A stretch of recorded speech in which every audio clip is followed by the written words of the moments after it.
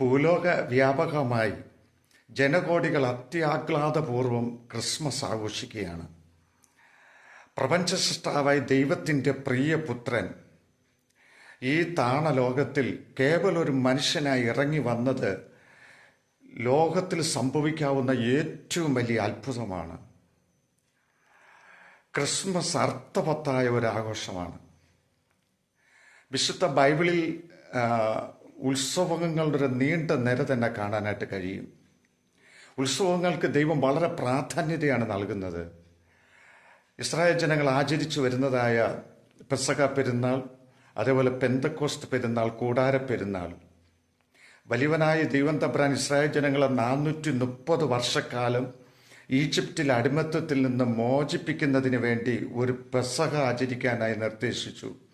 Israel ജനങ്ങൾ ഭക്തി ആദരവോടുകൂടെ ആ കർമ്മം ആചരിക്കുകയും അന്ന് രാത്രിയിൽ സംഹാരമൂർത്തി വിട്ടുമാറുകയും ഇസ്രായേൽ ജനങ്ങൾക്ക് അവിടെ നിന്ന് മോചനം ലഭിക്കുവാനിടയിൽ തീർന്നതിൻ്റെ ഓർമ്മയ്ക്കായിട്ടാണ് എല്ലാ വർഷവും അവർ പെസഹ പെരുന്നാൾ കൊണ്ടാടുന്നത്. ഇസ്രായേൽ ജനങ്ങൾ ഈ പെസഹ ആചരിച്ചതിൻ്റെ 50-ാമത്തെ ദിവസം സീനായ് പർവ്വതത്തിൽ വലിയവനായ ദൈവം തമ്പുരാൻ അഗ്നിയിൽ ഇറങ്ങി വന്ന് 2 കൽപ്പനകളിലായിട്ട് 10 കൽപ്പനകൾ ദൈവം എഴുതി നൽകുവാനിടയിൽ തീർന്നു. ഇതിൻ്റെ ഓർമ്മയ്ക്കായിട്ടാണ് പെന്തക്കോസ്ത് പെരുന്നാൾ ഇസ്രായേൽ ജനങ്ങൾ ആഘോഷിക്കുന്നത്. ഇസ്രായേൽ ജനങ്ങൾ നീണ്ട നാളുകൾ മരുഭൂമിയിലൂടെ പ്രയാണം ചെയ്ത കാലഘട്ടത്തിൽ കൂടാരങ്ങളിൽ പാർത്തിരുന്നു. അതിൻ്റെ ഓർമ്മയ്ക്കായിട്ടാണ് എല്ലാ വർഷവും ഇസ്രായേൽ ജനങ്ങൾ യെരുശലേം ദേവാലയത്തിൻ്റെ വിവിധ സ്ഥലങ്ങളിലായിട്ടും അതേപോലെ പൊതുസ്ഥലങ്ങളിലൊക്കെ കൂടാരങ്ങൾ കെട്ടി അതിൽ പാർത്തുകൊണ്ട് 7 ദിവസം അവർ ആഘോഷിക്കുന്നത്. എന്നാൽ ഈ പെസഹ പെരുന്നാൾ എല്ലാ ആണ്ടിലും ആഘോഷിക്കുന്ന സമയത്തിൽ യേശു ഇവിടെ ആയിരിക്കുമ്പോൾ തന്നെ ഈ ആഘോഷങ്ങളിൽ വളരെ ഭക്തി ആദരവോടെ പ്രാധാന്യതയോടുകൂടെ കർത്താവ് പങ്കെടുത്തതായി തിരുഗ്രന്ഥത്തിൽ നമുക്ക് കാണാനായിട്ട് കഴിയുന്നുണ്ട്.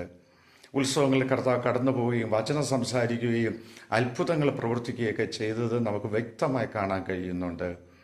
അതേപോലെ ഈ ഒരു പെസഹ പെരുന്നാൾ നടക്കുന്ന സമയത്താണ് യേശു കർത്താവ് അവിടെ അപ്പവും വീഞ്ഞും എടുത്ത് വാഴ്ത്തി ഒരു പുതിയ നിയമം അവിടെ സ്ഥാപിച്ച്, എൻ്റെ ഓർമ്മയ്ക്കായി നിങ്ങൾ ഈ പെസഹ പെരുന്നാൾ നടക്കുന്ന സമയത്തിൽ നിങ്ങൾ ഈ തിരുവത്താഴം നിങ്ങൾ ചെയ്യണം, അത് നിങ്ങൾ ഭക്ഷിക്കണമെന്ന് കർത്താവ് നിർദ്ദേശിച്ച് ലോകത്തിൽ കർത്താവ് സ്ഥാപിച്ച 2 കർമ്മ ശുശ്രൂഷകൾ. ഒന്നാണ് അറിവ് വന്നതിന് ശേഷം യേശു കർത്താവ് 30-ാമത്തെ വയസ്സിൽ യോർദാൻ നദിയിൽ ഇറങ്ങി സ്നാനം